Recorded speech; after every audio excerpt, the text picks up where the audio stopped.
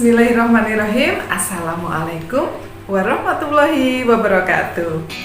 Hai anak-anak, apa kabar? Semoga kita semua selalu dalam keadaan sehat dan hati yang bahagia, sehingga kita dapat terus semangat dalam belajar. Anak-anakku yang Bu Syarifah banggakan, jumpa lagi dengan Bu Syarifah. Kali ini kita akan belajar muatan IPA pada tema 7 tentang gaya. Ya, kita akan membahas tentang gaya pada muatan IPA tema 7 kelas 4. Apa itu gaya? Gaya adalah sebuah tarikan dan dorongan. Jadi anak-anak, bahwa semua jenis tarikan dan dorongan itulah gaya.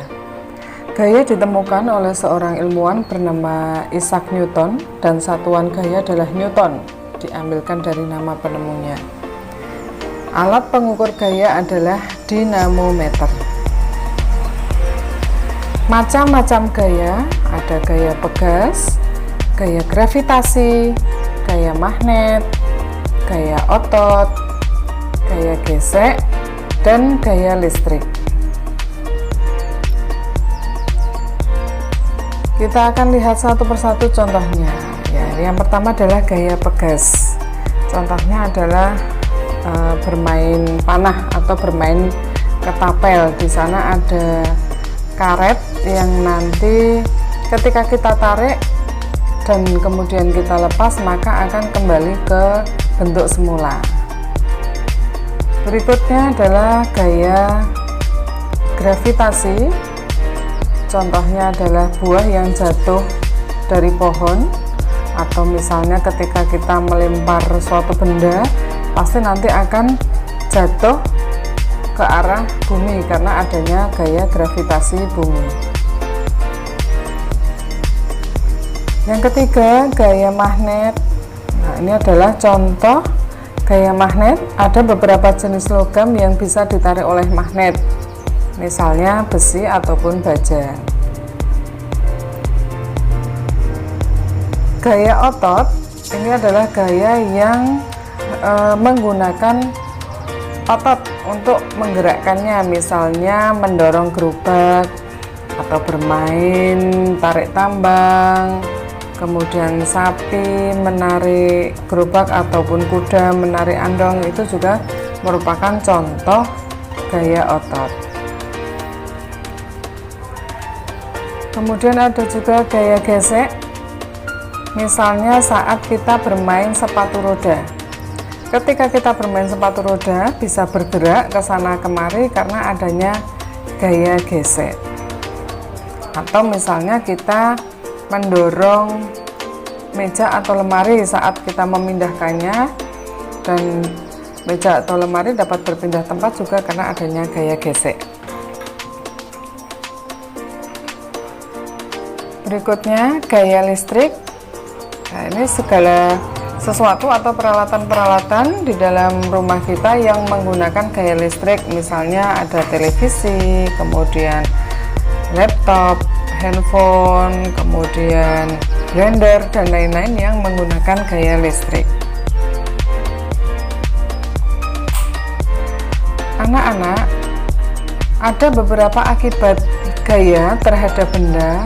Yang pertama adalah benda bergerak menjadi diam.